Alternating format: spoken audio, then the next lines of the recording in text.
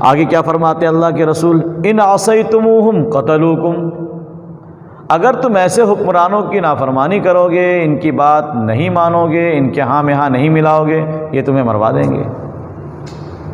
وَإِنْ أَطَعْتُمُوهُمْ، اور اگر تم ان کی بات مان کے چلو تو أَضَلُّوكُمْ، یہ تمہیں گمراہ کر دیں گے۔ یعنی جائیں تو جائیں کہاں جائیں؟ صحابہ نے سوال کیا اللہ کے رسول پھر ہم کریں کیا؟ آپ بتائیں ہمیں کیا کرنا چاہیے اس موقع پر؟ آپ نے فرمایا کما صنع اصحاب عیسی ابن مریم علیہ السلام، تمہیں تو وہی کام کرنا ہے جو حضرت عیسیٰ ابن مریم کے حواریین نے کیا تھا۔ قرآن کریم میں ان کے مخلص ساتھیوں کا تذکرہ حواریین کے الفاظ سے کیا گیا ہے۔ حواریین انتہائی مخلص جان نثار ساتھی، ان کے اوپر اپنی جان کو قربان کرنے والے۔ ان کے ساتھ کیا ہوا؟ ادھر عیسیٰ علیہ السلام کو سولی پہ چڑھانے کی کوشش کی گئی، اللہ تعالیٰ نے انہیں اوپر اٹھا لیا، مگر جو شخص ان کو سولی دینے قتل کرنے کے لیے گیا تھا، سولی دینے کے لیے گیا تھا، وہ شخص اللہ تعالیٰ نے اس کی شکل حضرت عیسیٰ کی بنا دی، اور بعد میں کچھ لوگ اندر گئے اور آگے پیچھے کچھ تحقیق بھی نہیں کی کہ یہاں تو دو آدمی کم سے کم ہونے چاہیے، ایک عیسیٰ اور ایک ہمارا آدمی، تو آدمی تو یہاں پہ ایک ہی ہے، بس وہ چہرہ عیسیٰ علیہ السلام کا نظر آیا اور پھانسی پہ چڑھا دیا اسے۔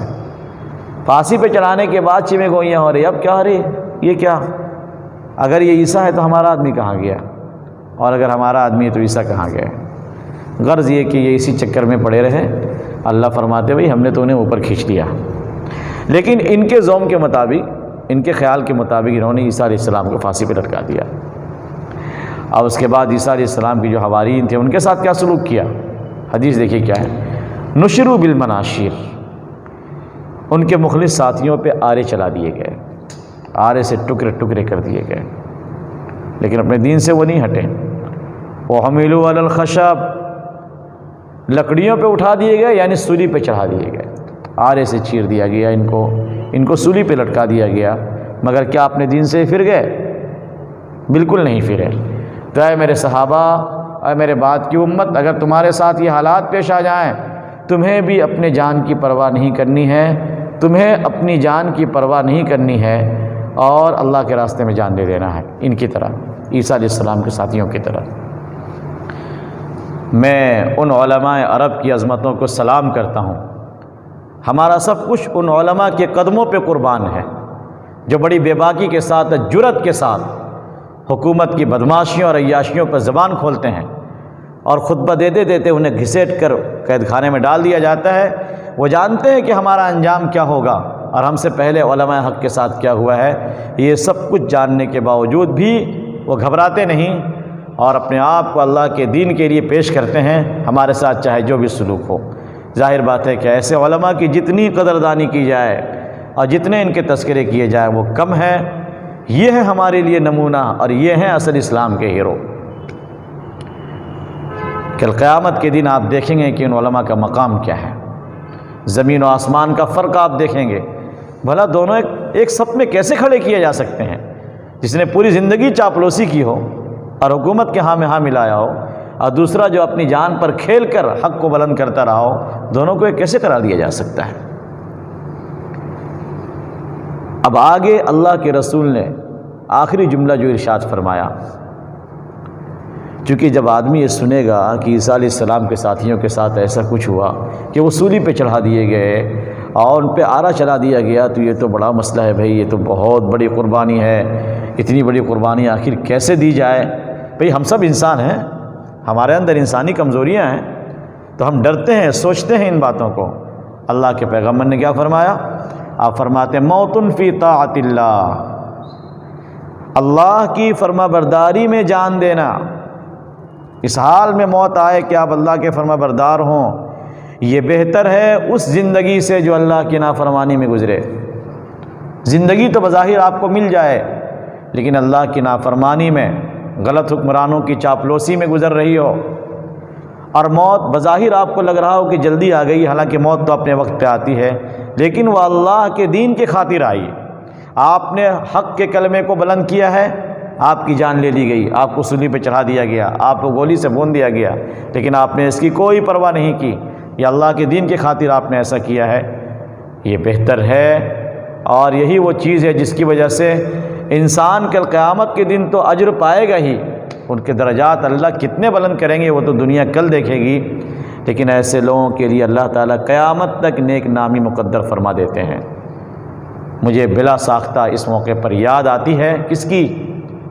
اخوان المسلمین کے بانی امام حسن البنا شہید رحمۃ اللہ علیہ کی۔ جب اس کام کو لے کر کھڑے ہوئے تو شروع میں تو ان کے اساتذہ نے بھی، اب مصر کے بڑے علماء نے بھی کہا کہ بیٹے تم جس مشن کو لے کر کھڑے ہوئے ہو تمہیں معلوم بھی ہے کیا ہوگا تمہارے ساتھ، لیکن یہ مرد مجاہد تمام چیزوں سے بے پرواہ ہو کر حکومت وقت کے آنکھوں میں آنکھ ڈال کر باتیں کرتا رہا، چیلنج دیتا رہا۔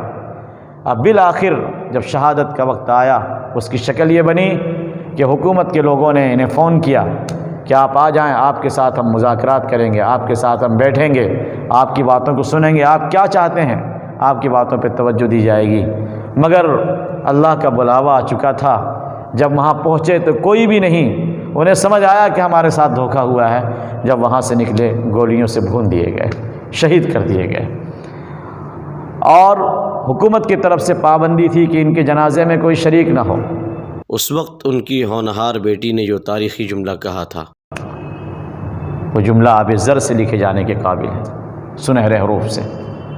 فرمایا تھا ابو جان آج حکومت کی پابندی ہے اور آپ کے جنازے میں لوگ شریک نہیں ہو سکتے، لیکن کیا حکومت ان فرشتوں کو روک دے گی جو فرشتہ آپ کے جنازے میں شریک ہیں؟ تو یہ ہے وہ جیالے اور وہ اسلام کے بہادر جو نمونہ بن کر چلے گئے ہم سب لوگوں کے لیے۔ اس لیے ہم بھی اللہ تعالیٰ سے ایسی موت مانگتے ہیں جو اللہ کی فرما برداری میں آئے، ہمیں ایسی زندگی قطعی نہیں چاہیے جو اللہ کی نافرمانی میں گزرے۔ اور ہم تو یہ کہتے ہیں، اور ہر مسلمان کو یہ کہنا چاہیے، ان صلاتی و نسکی و محیای و مماتی للہ رب العالمین، ہماری نماز، میری قربانی، میری ہر عبادت، میرا جینا، میرا مرنا سب اس اللہ کے لیے ہے جو ساری دنیا کا رب ہے۔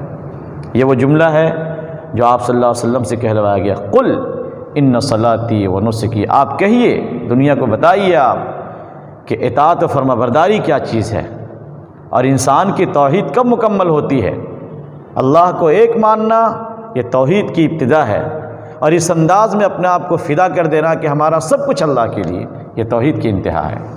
اللہ تعالی ہم سب کو توحید کی ابتدا اور توحید کی انتہا، توحید کے تمام مرحلوں میں اللہ تعالی ہمیں مکمل طور پر کامیابی عطا فرمائے، اور اپنے ان بہادر علماء کے نقش قدم پہ چلتے ہوئے جنہوں نے اللہ کے دین کی خاطر اپنے نذرانے، جانوں کے نذرانے پیش کیے ہیں، اللہ ہمیں بھی ان کے نقش قدم پہ چلائے۔ وآخر دعوانا الحمدللہ رب العالمین۔